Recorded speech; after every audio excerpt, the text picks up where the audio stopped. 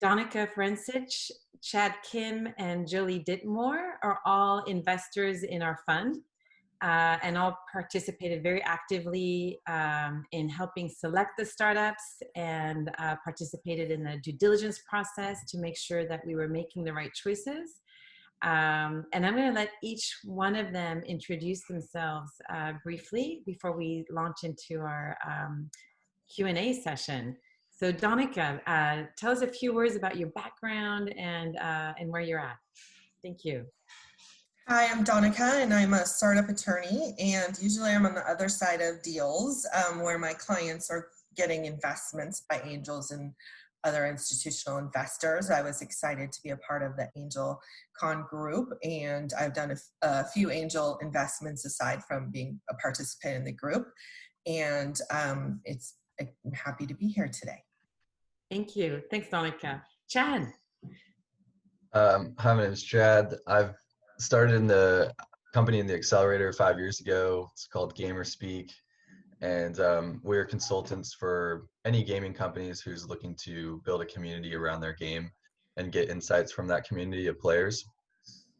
I started angel investing like 3 years ago, mainly with other friends who were starting companies in the hothouse, and learned a little bit about the process from the side of like trying to raise money, and but I didn't know a lot about the side of from the investor. So AngelCon is a perfect fit for that because there's so many different people from different backgrounds who are all looking at the same companies, and so I wanted to get those different perspectives, and then it comes with obviously a ton of like professional training, like from Donica. So that's also great. Yeah, I think the impetus for you, Chad, at the very start was when you joined the Angel Group last year. You joined 2 years ago. Yeah. Right? Was you really wanted to see how investors think and what they're looking for, and really get behind the screen on that, and get a deep dive in that. Yeah. Yeah, exactly. Yeah, I just was like, what do they act like behind the scenes? What do they really say? And what are they really looking for? And what's my competition? Which is really more than, it's a lot of startups. It's not just the ones in the SLO County area. It's all over. So thank you. Jolie, welcome this morning. Thank you for joining us. Thank you. So my background is in healthcare and laboratory diagnostics, and I run and grown companies and gone through a couple sales, but I had not ever been on the investment side. And what I liked about this opportunity is that there's so much training and learning. So I wanted to understand some of the technical details about investing as I look at, doing more of that in the future. So that's sort of what brought me to AngelCon, and how many opportunities there are locally for making such an investment. We've got some really great companies that have started in San Luis Obispo. So it was a great opportunity to learn. Thank you, Jolie. Well, great to have everyone on board. And I think what's awesome about this morning is it's, there's definitely cliche about what an angel investor looks like, and I don't want to fall, I don't want to offend anyone, but there is a cliche out there. And I think with having all of you here on board, it shows that investors can come from many different backgrounds, different ages, different arenas, and it's not because you've never done it before, no matter where you're at in your career, that it's not an interesting arena to explore at any time. So anyway, so great to have you all on board. And so my very first question to each of you is, so Chad, we touched on this a little bit, but what motivated you, Donica and Jolie, to join AngelCon 2020 as an investor? Like, what was the big motivator? Donica, let's start with you. Sure. So I've been on the other side, as I mentioned, I represent mostly companies, although I do represent individuals and some small funds as well.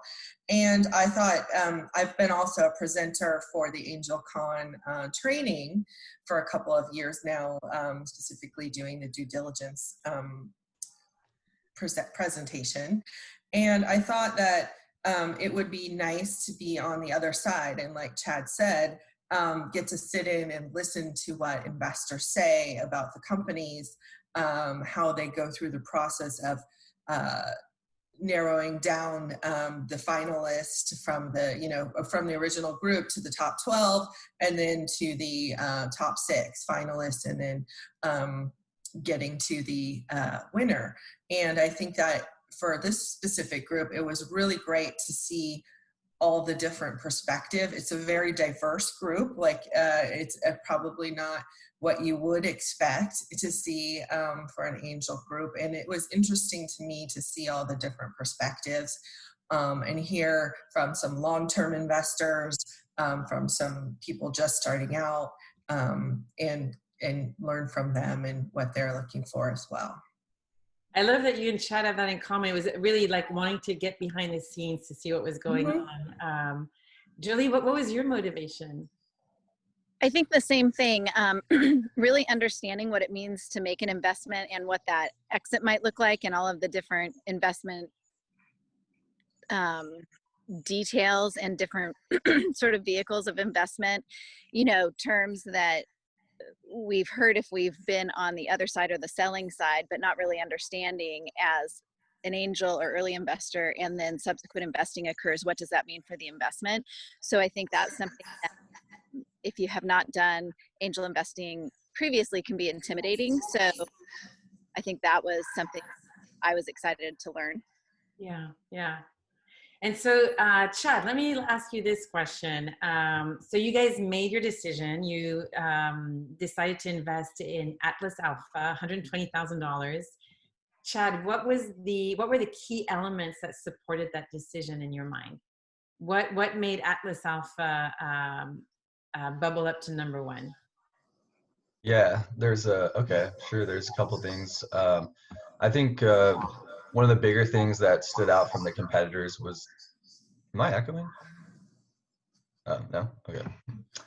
It had a proof of concept. It had cash flow positive, which is a big deal. I think they were somewhere in the ballpark of like 15,000 a month now, which is, good. What it means to us is that like our investment's probably going to last, and that he's spending his money wisely, and he's dragging it out as long as he can, and he's not negative. So it seems like he was bringing on his intention for the money was just to bring on one more key guy and a couple other contractors that are key to making his business successful. And so the plan also fit well with that. And then there's a huge market size for what he's doing. There's definitely like low-hanging fruit for converting old hobby sites into a new platform that is a lot more user-friendly and monetizable. So we don't know exactly how like that conversion and all the different hobby areas is going to work, but we do agree that that there is a need for that for sure. Mm-hmm. And then I think the size of the fundraise was important too, because our 120,000 was going to be, more than like about half of the total fundraise that he needed. So that means we're getting like a significant share of the company, whereas some other companies, our 100,000 was only going to be a part of a, $1 million or $1.5 million raise, which doesn't really give us a lot of equity. So there's not a lot of upside there. And then, we just love Trent. He responded super quick to everything that we asked, very thorough, very honest. Some projections were a little high, but he did say, yeah, they're high. Here's some lower projections, but, we're trying to look at like, what's the biggest upside on this. So I think he was like, at least he acknowledged the things that we're acknowledging, which was important to us. There's no like denial, or he wasn't defensive. He was very coachable. Yeah. So it sounds like the hook at the start was, okay, there's traction. That's the hook. Now let's take a closer look. He met someone who was very coachable, wanted to build out his team and use the funding to build out his team. Mm-hmm. There's a large addressable market. Mhm. and he has a pretty strategic long-term vision to scale, pretty in a manner that's somewhat consistent. It sounds Mhm. Yeah, it seemed like a clear path to scaling and adding incremental value to the business, whereas a lot of other companies had much more difficult barriers to growing their user base and growing their revenue base. mhm, mhm. So let me ask you this, Jolie, what in your mind, the founding team is pretty crucial, coachability, et cetera, but what else are you looking for in that founding team in a startup? Are there any uh, key factors that you want to see in that team? I think being well organized and being able to articulate their plan. And so sometimes there are lots of technical folks, but possibly not the right group of either marketing, brand management, finance. So a lot of the startups, as we went through the due diligence, they did not have very good financials, which is something you may expect from an early stage company, but you want them to have a plan for as they grow to fill these areas. So I would say, that's something that we saw with Trent, is he also has an advisory board that was diverse and had depth to it. So that tells us as investors that he recognizes he needs certain elements to be successful and grow quickly, and he has organized those and has resources in place to guide him as he has to go out and meet those targets and grow. Mm-hmm. So I'm glad you brought up the advisory board. That's something that's a key element of the program that we run at the Hot House. Is we really strive to encourage these startups to put in place their advisory board super early on to get that expertise and that support.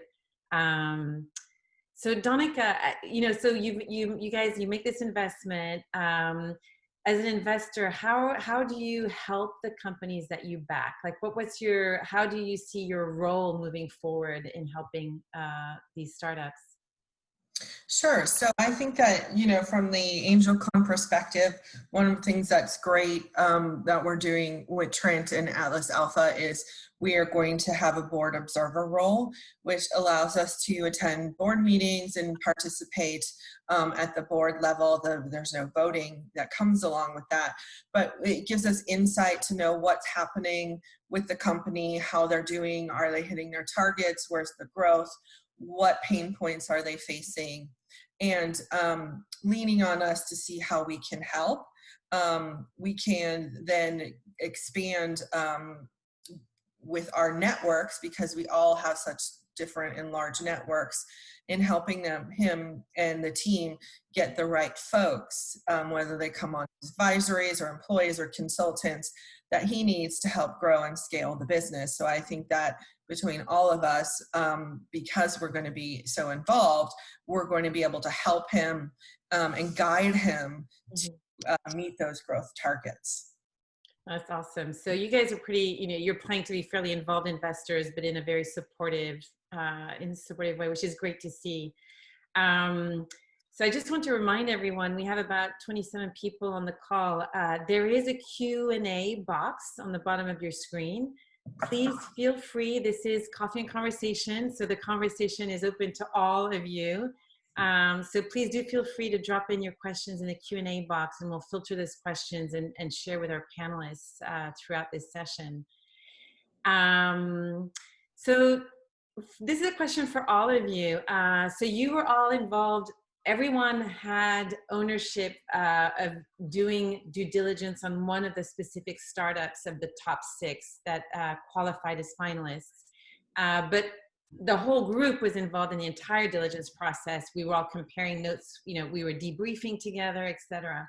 So overall, what constituted sort of the red herrings in the due diligence process? What were the items that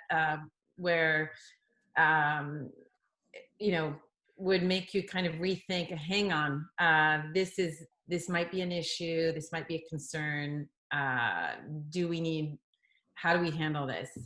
Any red herrings that you saw, or in general, not just through AngelCon, but what are things that as an investor, you want to be mindful of prior to making that decision.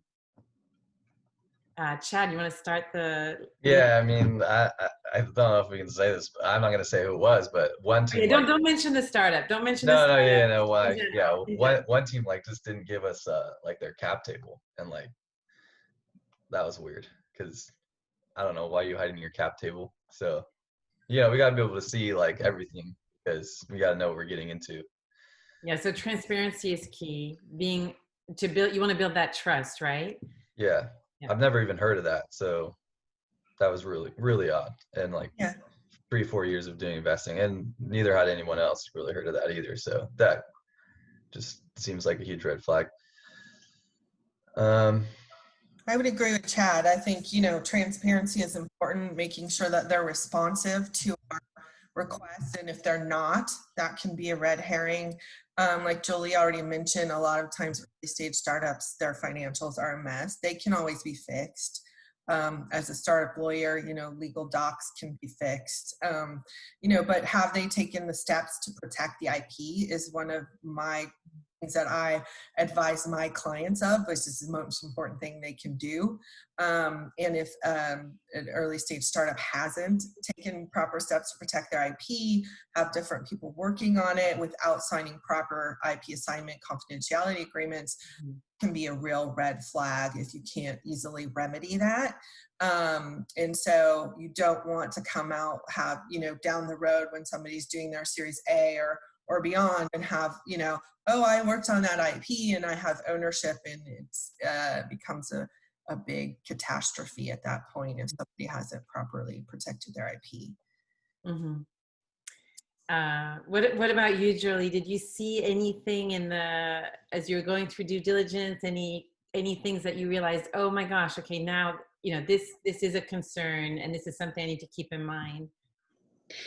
I think that as you have the conversations like we did, where all of the top 6 finalists went through a due diligence process with, our group divided up amongst those 6. And that really allowed us to have deeper conversations. And it exposed some things that not until due diligence did we realize. And some of that had to do with planning. So on the surface level, it looked like a team may have a really good plan, but slightly deeper, you realize, okay, well, they've gotten to step A, but they have to have B and C, and they have not decided what those are yet. So if we made our investment of $120,000, while they've identified what they will spend it on, they have not really targeted the use of that to go to stage B and stage C. And so I think that longer term planning and that strategic side has to be there. And so this process definitely exposed some weaknesses in some of the companies there. Mm-hmm. Yeah, that's interesting. Yeah. I also have some more things to say on that too. Like, I think for the size of investment that we're making and the type of group that we are, like if there wasn't a lead investor for that company and it was like more than 300,000-400,000 as a raise, then, and the lead investor wasn't like knowledgeable on the business. First of all, there was no lead investors for many of these, and so it's hard to be the lead, the first one going in, because we can't really put up enough money to be significant, and we're not going to really attract a lead from our expertise most of the time. So that was a big consideration. Not necessarily like a red flag, but I think it's important for the startups to understand that like who they're asking for money from, and if it's going to make sense for that group. So you're saying, so basically startups need to be, let's see, you don't just take money from anyone. Like you have to be selective in the type of investor you want to work with, and it has to make sense as far as what the investor is bringing to the table. Yeah, and at least say, maybe at least say like, hey, we're still waiting on a lead, but if you guys are interested, we'll reach out when we get a lead, knowing that we're not going to be the one, and we're probably not going to put money in first. I think it just shows an awareness of like what has to happen in the investment world for it to make sense for us. Like Atlas Alpha had investors from Kern, And so they weren't necessarily a lead, but they're just a really reputable group, and they went in way earlier than we did. And we actually had the chance to like talk to them, and ask why they invested, what they saw. And they just had a lot of positive things to say about Trent and about how they've seen the business grow over time. And again, kind of the problem in the market, that there was a need to be addressed. So it was helpful to get some confirmation from a couple guys over there. Mm-hmm. And so that's a pretty important factor, I think, that startups need to keep in mind is, once you do have investors on board, making sure you maintain a really healthy relationship, because the next round of investors, when they do their due diligence like you did, you're going to talk to those prior investors.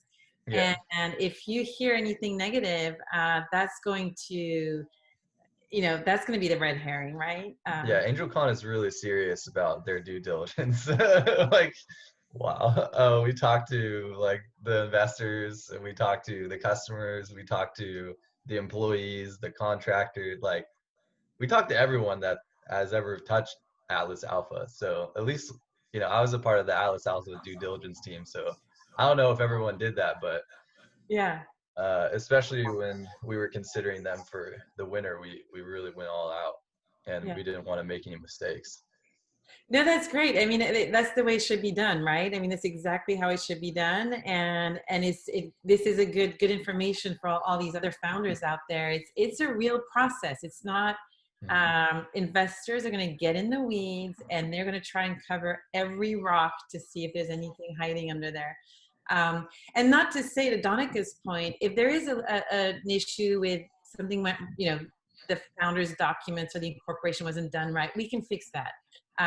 There's things that can be taken care of. Part of going through a funding round is also an opportunity to do cleanup work, right? Is to go back on all the docs, figure out, oh wow, we never got that contract signed, we need to go back and do it. Or it's part of the process, is to help the startup get back to that level of, okay, we're back on track, with our paperwork. So we do have a few questions in the Q&A. One question, so you know what, I'm gonna have to read this while you guys talk instead of It's like, oh shoot, that's great. Questions like 10 sentences, so I'll get back to that one. But while I process the question in my head, all of you, what are your long-term goals personally? Do you want to keep investing in Central Coast startups? What are your personal goals with regard to investing in the startup world here on the Central Coast? Donica, you want to jump in? Oh, sure.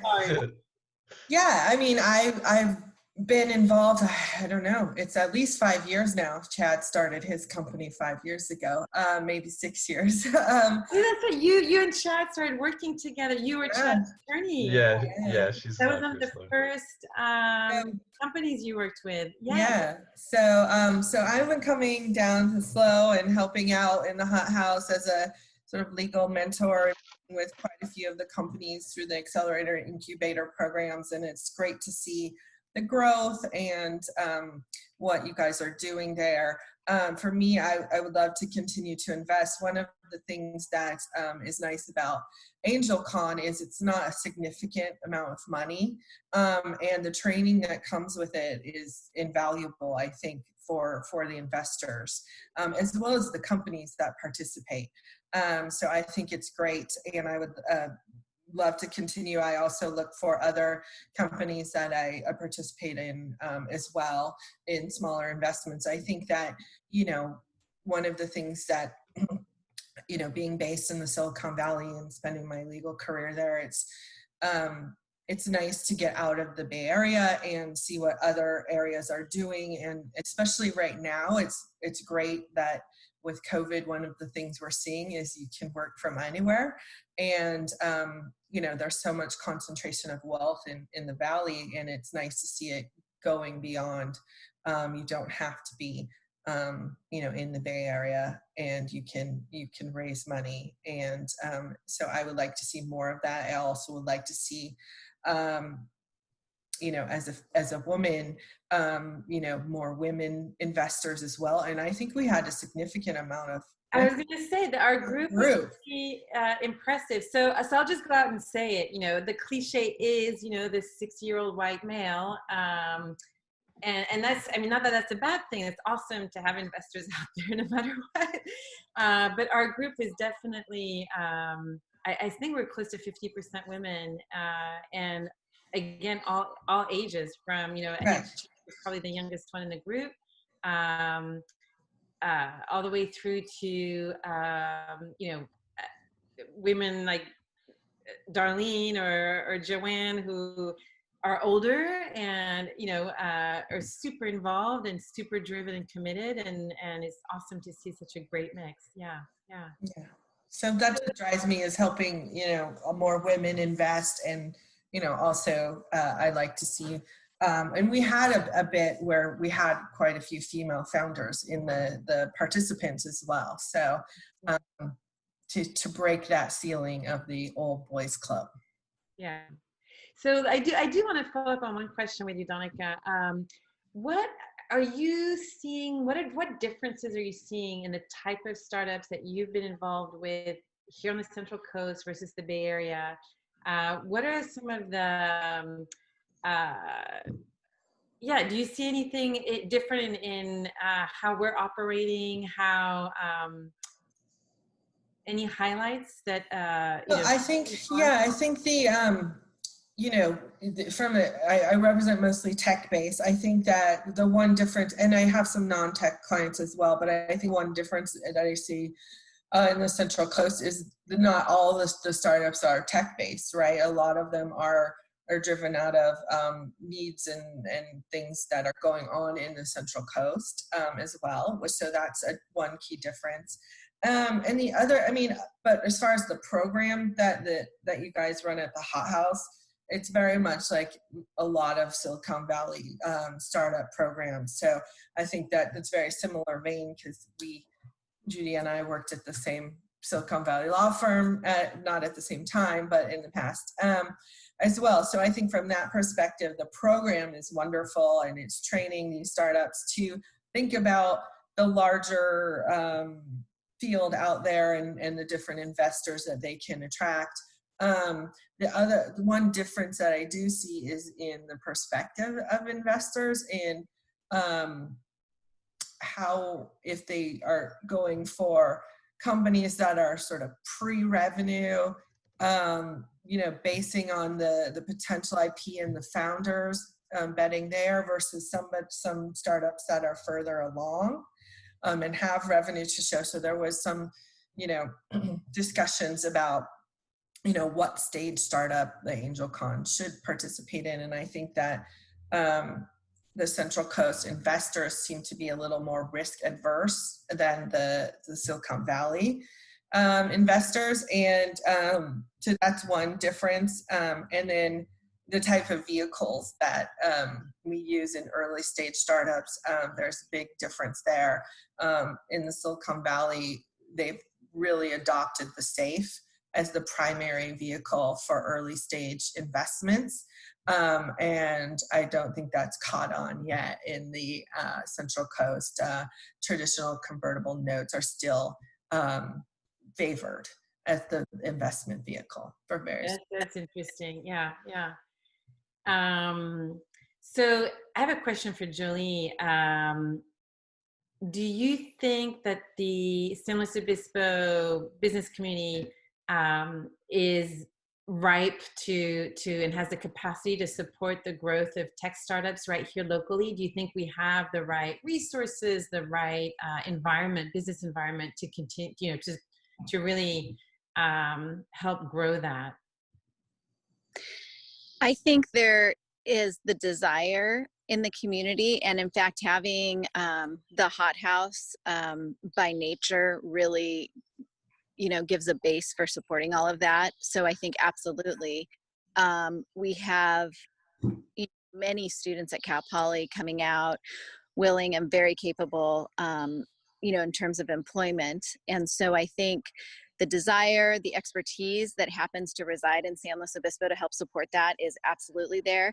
I think, some challenges exist that are, not only across the state of California, but sort of exaggerated in San Luis Obispo: cost of living, difficult to recruit. So those things, always make growth and quick growth a challenge. And sorry, I was trying to get rid of that noise. And so I think that's going to exist regardless. But I think that the resources that are there for a startup, especially being next to the university and having a number of experts in a variety of fields that have chosen to live in the San Luis Obispo area that can participate either as advisory board or various roles, even as employees. I think that's unique, and not everybody realizes that exists in San Luis Obispo. So that's a positive. Chad, so you launched a startup and you grew your startup here in SLO. You chose to stay. You did not take off to the Bay Area or LA. What were there any hurdles that made you hesitate at any time, or were you always in the frame of mind of no, that this is going to work, like I don't need to move, this is fine? Yeah. Well, I went through a back and forth many times about whether or not I needed to raise money, and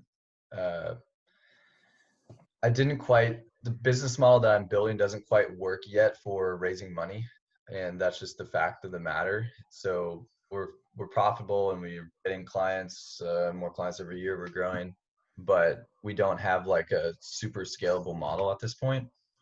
And so that was a big factor in like considering whether to go to Silicon Valley, where there's like the opportunity for more money.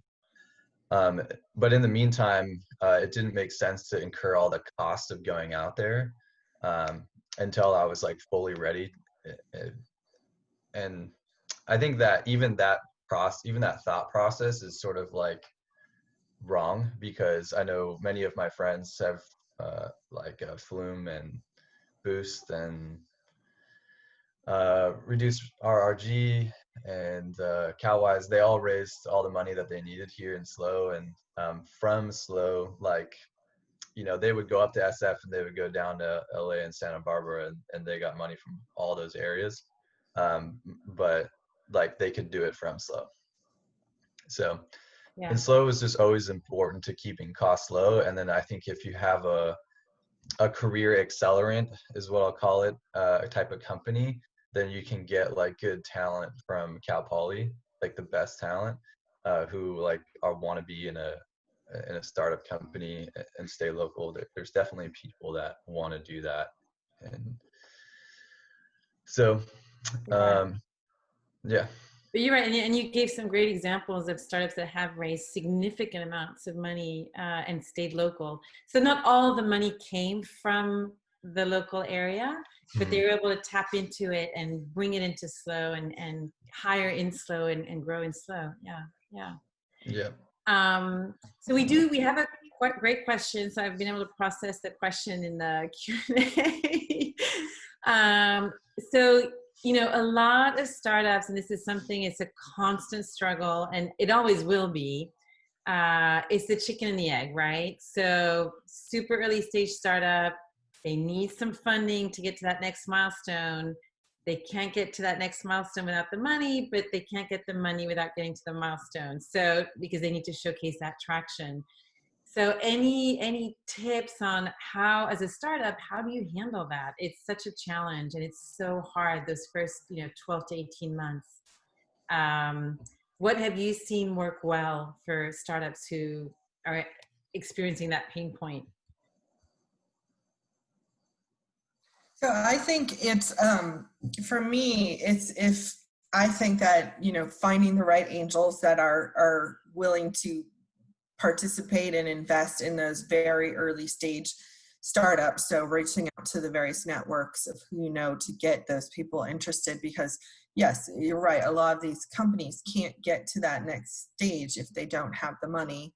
and they can't all bootstrap themselves. And so I think when you're looking at those very early stage startups, it's really looking at the founders and who they are, what they've done, and what are their skill set, and can they really take this to the next level, so that you are, making sure it's really an investment in them, the founding team, to prove their concept, and making sure that you understand that it's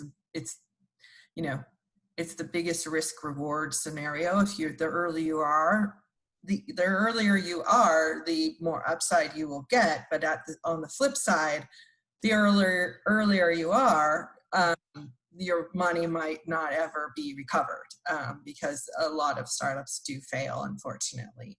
And some of them do fail because of the lack of funding. And if they had just gotten a couple more checks, they could have really, hit it out of the park. Mm-hmm. Chad, what did when you launched your startup? So, and with also all your peers that you've been involved with, what are you seeing that helped them keep going at the very early stage and tap into some sources of funding in some way, shape, or form? We're answering Ed's question. Okay. Yes. So a couple of things I've seen. So Atlas Alpha, I know they raised like over 6 months, they raised like 50,000 or something from friends and family. That was a real grind. It was 5,000 here, 5,000 there, until we got it all together.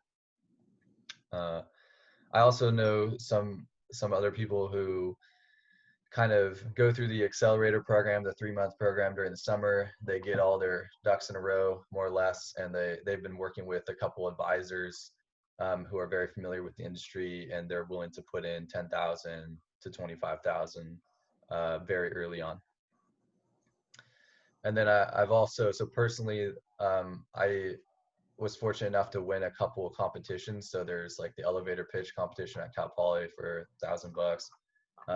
The Innovation Quest is $5,000 to $15,000 depending on what you do. And then there's also like various competitions in LA and Santa Barbara that are just like pitch your business, win from $25,000 to $10,000 or $15,000. And I've seen a lot of people get some initial funding that way. If you get into the accelerator program, you get 10,000. So, and then there's also like a couple grants, like Mantis Composites. They've gotten $1 million or something in grants for their business, government grants, which are really difficult, obviously, take resources. They're difficult to get, but if you get them, they're awesome because it's no strings attached, like no equity, you don't have to pay it back, no interest. It's an amazing source of funding if you can get to it. Yeah. And then I've seen like another company who applied in the AngelCon, they got like 3 million in grants, which was the most I've ever seen from the government. And then banks, I think you mentioned banks, not really going to work because you need like a history of revenue, and usually you get a multiple of revenue or as a loan. I think that's right. I'm probably wrong, but you get something like a multiple of revenue for a loan, and you need it for like 6 months at least, or 3 months. You need to have like, it's like 3 months. So if you have like 15,000 in the bank for 3 months, they might give you a loan of up to like 45 if the business looks healthy, something like that. So that's what I've seen too. Yeah. Last thing, I've also seen a line of credit from an advisor where at Z Living Systems, like one of the advisors like gave a line of credit of $100,000 because he got a deal that was worth like 150 or 200 grand. Right. And so he paid back the investor over time as he got the revenue from the deal. Right. I think that was actually something we saw with Flume too. Once they could show investors that, okay, we don't have revenue, but we have a letter of intent of this key client who's going to enter into a contract for X amount of dollars. That can support traction right there. Just getting a letter of intent from a potential client or a memorandum of understanding in place. Yeah. And then let's talk about exits. So, how, as an investor, it's a pretty hard line to draw between wanting to see the startup grow, scale, but also wanting to see your exit to get your ROI, the return on your investment at some point in time. How important of a factor was that in your decision making? Jolie, do you want to jump in on that one? Are you know, do you have a set strategy, or what are your expectations? Well, what are your expectations with Atlas Alpha? I would say I don't personally have specific expectations. I think they have the ability to grow very, very quickly. And so that's a factor in when there would be an exit potentially for our investment. And I think there's so much uncertainty possibly at the moment. And I would say that's one of the other reasons that we picked Atlas Alpha, is that I think their focus right now, they in fact had growth during this COVID time because of the type of work that they're doing. So I think I would throw that over to Donica with more experience to see if she has a different idea in her mind about timeline. But for me, I don't have a specific timeline, because I do think so. Let me ask you this, Julie. So you founded companies and sold them. When did you know it was the right time for you to sell? Maybe that so would be- in two instances. So one was a much larger company in the healthcare field, a laboratory, and the timing for that sale really was a function of, estimating and looking at the future and knowing that revenues were going to change, healthcare was evolving, and if a sale didn't occur, the chances of having a viable or lucrative sale even a year or two later were very minimized. And so that was an obvious timing issue there. And I would say on the other, revenue cycle management company, that was more a function of opportunity, where we were being approached and folks wanted that type of business. And that was less of a strategic, I would say the timing of that was less strategic on my part than more opportunity. So the opportunity evolved and we said, okay, that makes a lot of sense. Mm-hmm. Mm-hmm. And on those, the first larger one was to a publicly traded company. The second was to a venture capital company. And I would say just one other comment with that is on the owner side, I think understanding how your next investment step is actually important, and being able to articulate that to your angel investors or other investors, and understanding what that looks like and how you might have to position your company for the next level investor or your own exit of some sort, because the strategies are different. So I would just add that in, for the startups to be thinking about. I know it seems very far in the future, but having a strategy there I think is helpful for the folks that are looking at your company to invest. So Donica, what about you? What are your expectations with, let's start with Atlas. Like what's your vision as far as, do you expect an exit in 3 years, 5 years, 7 years? Like, how have you put some thought into that long-term vision? Yeah, I think with them, since, they're running a hobby site, but it's really an e-commerce site for the revenue component. And that's where I think the potential buyers are going to come from. And so I think because they've already shown that they can get, monthly recurring revenue and are continuing to grow that. And because they have a platform that is conducive to duplication in different interest areas, that is going to be easy for them to grow and scale. And so I think an exit within 3 to 5 years is very reasonable to expect for them. I think that, and also because they already have recurring revenue and they've raised, some initial, seed funds here, I don't know that they're going to need to raise a lot more money, which also tends to accelerate the timeline. Companies that have to raise multiple rounds to get that revenue growth showing for potential acquirers are obviously going to take longer in the exit process. Yeah. That's a really good point. It depends on where they're at in the the revenue on the revenue side for sure. Yeah. What about you, Chad? What are your expectations here? 3 to 5 years, Donica. That's really nice. That's really friendly.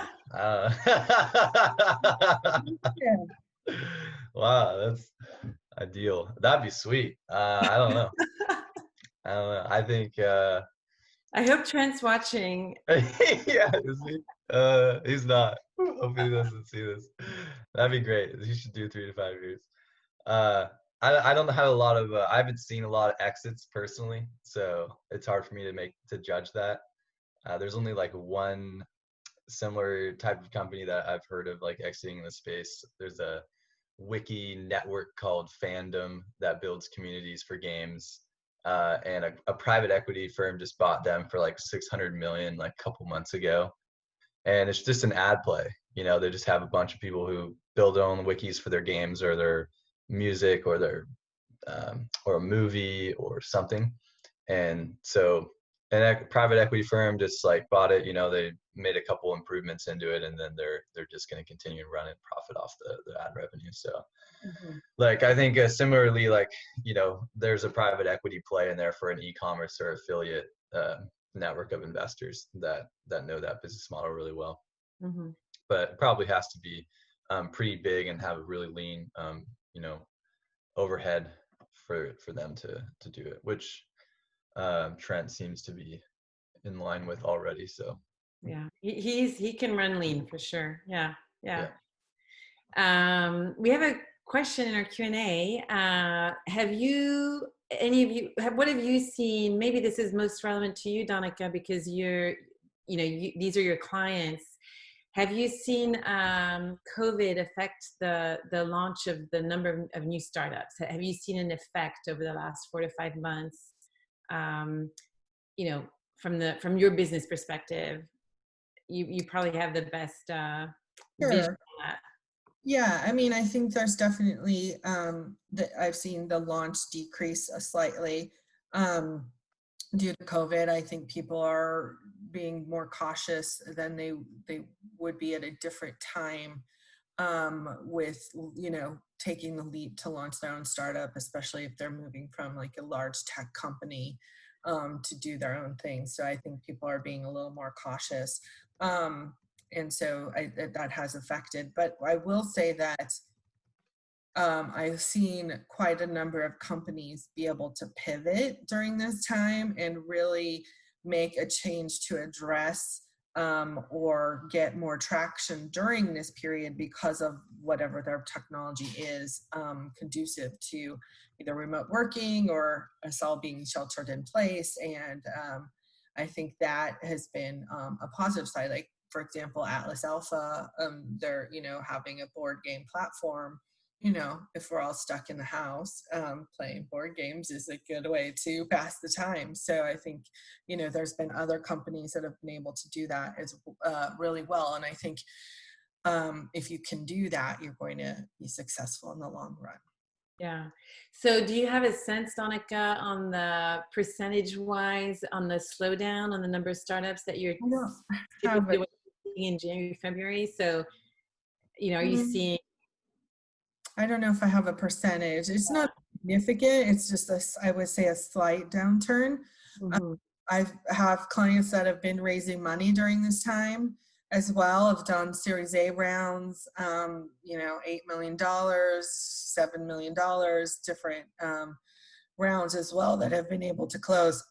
I will say the funding has just taken a little longer. People are, you know, investors are doing more, you know, diligence up front and taking their time. But the money's still coming in and it hasn't had a significant drop off.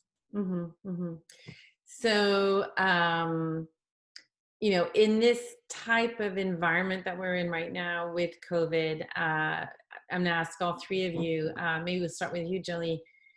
From an investor perspective, what do you want to see? Are there certain areas that you're going to be more cautious about?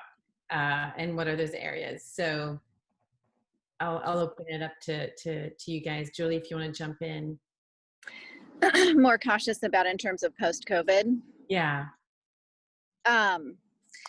You know, I'm not sure, because I think that's a broader question, given that there's uncertainty about the overall economy. And I do think that things are different in different industries. You know, we have seen many industries grow during this time. And so I think it's very industry specific. And I think it's very specific to what one's opinion might be in terms of the recovery. So I would say that it's difficult to give a blanket statement, at least for me. I think I would just say it's industry specific. Mm-hmm, mm-hmm. So, I mean, yeah, to your point, it doesn't mean investors are still willing to make investments. They're still interested in looking at deals, but it needs to make sense. You know, if, you know, we've seen clients just boom under these circumstances because they're selling, you know, sanitizer or, I mean, that's a very Main Street type of business, but yeah, it is industry specific for sure. Yeah. Chad, what's your perception on this? Well, I've seen a couple of the companies that I've invested in, they've had like mixed results, but the ones who have shown like, okay, in March, you know, our sales like went to zero, but in April they came back up to where they were and surpassed. That was one case. That company raised more money at a slightly higher valuation, went from like 12 to 15 million valuation and raised like another million and million two or something like that. And in that case, the investors were like really confident. They're like, all right, this is a good company if, you know, they can bounce back that fast and go past their February numbers. So that was one really awesome case, which is not an early stage necessarily, but and then there's another company that gave us really good projections of and a really good plan for how they're managing acquiring customers and keeping customers during COVID. More of a software play. They gave a lot more away for free. They extended the test period, knowing that if they can get these guys to trust them during COVID, then they would probably keep those customers. And so as investors, we were willing to support that. And I think there was, again, a smaller additional investment at a very slightly higher valuation that helped support that company. Mm-hmm. And then there's another one that like basically said their sales went to zero, and then they didn't show any financials, and they're like, but we got the PPP loan and it's going to help us extend. And that was a scary email to get. So it's, you know, they're not going to raise any money with that. And I think investors are pretty worried about that one. So basically you're wanting to see startups that are being somewhat proactive. Either they have the metrics to showcase that they're, you know, still meeting milestones or exceeding, or they're doing pivots to make sure to maintain traction or some kind of adaptation to the situation. In some way, super strong, like overly conservative response to the pandemic is what I, as an investor, want to see. And then I want to see the plan working. So the one company, the software company that was giving a lot more away for free, was still signing up with just as many customers as they were pre-COVID. And that was a really strong, so I was like, that's great. You know, people are willing to try this out, sign up. They'll probably, it pushes the company, you know, back 3 months, 4 months, but I'd rather that than it being dead and not growing. So. And that's an example where, okay, so maybe we're not seeing more traction on the revenue side, but we're certainly seeing traction on customer acquisition side. And so eventually it, you know, there'll be some results there. So And engagement. Yeah. So any new trends, like the parting words, you know, we're gonna have to wrap up. But any trends that you're seeing as a result of COVID, as far as, I mean, maybe Donica, that's an area for you where these new startups are coming about in this environment that we're in right now. Are you starting to see a pattern of any new trends? It's hard to say. I mean, I think with Jolie already mentioned, it's very industry specific. So I think the trend is, really having people that, and it's to Chad's point too, can pivot and plan accordingly. I think that's the trend. If you can, have an idea, or you're already a founder and have a company, but COVID's certainly, adversely impacted you, what can you do to make the changes in the company, in the product roadmap that you need to do in order to, be successful in our new reality, which we don't know how long is going to last, and we don't know how hard the economic recovery might be, because we have so much uncertainty with just the transmission and the vaccine, and so I think for the next year, 12 months, we're going to be in this sort of uncertain period. And I think that it's important, if somebody, the founding team, can really, grab onto being proactive, like you said, and planning accordingly and making the changes they need to, those are the people that are going to be successful. And that's the trend we want to see. So the people that just sort of throw their hands up and say, I don't know what to do, they're not, unfortunately, that they're not going to last. So I think that's what I'm seeing. And luckily, most of my clients have not been adversely impacted. And I've seen some surprising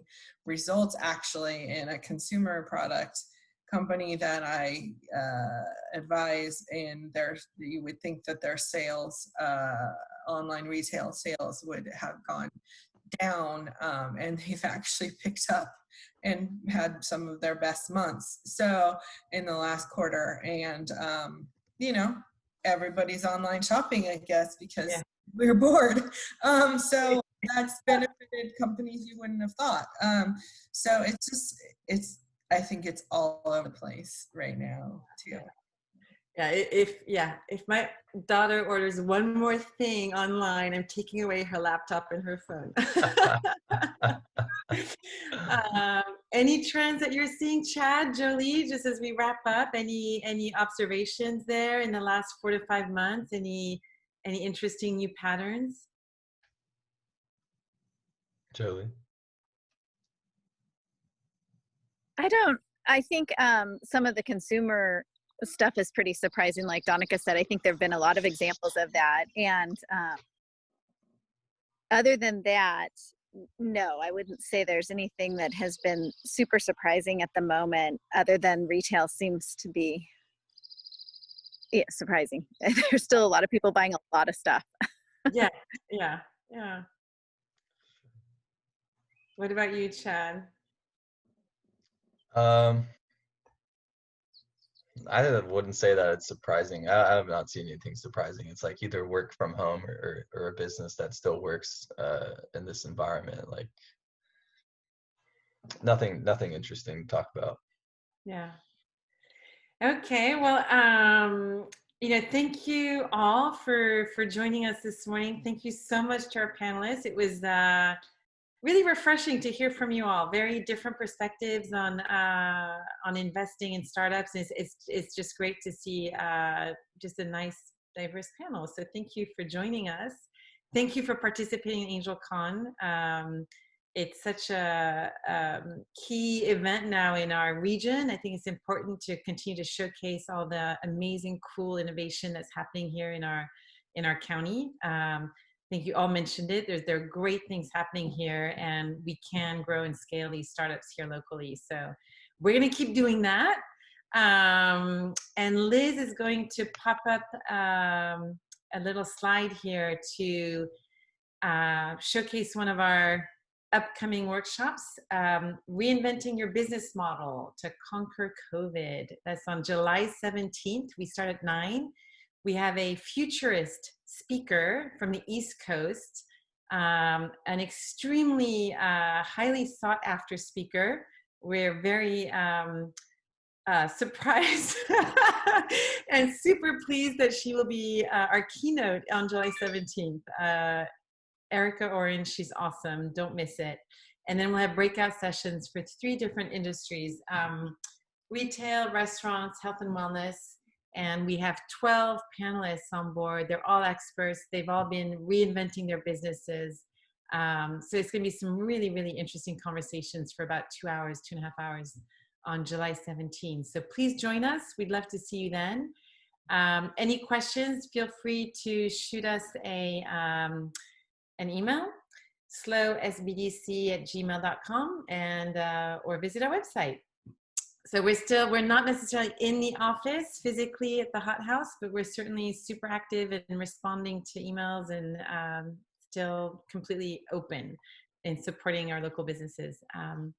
Thanks again to our panelists. Thank you all very much for being with us this morning, and we'll talk again soon. Thank you.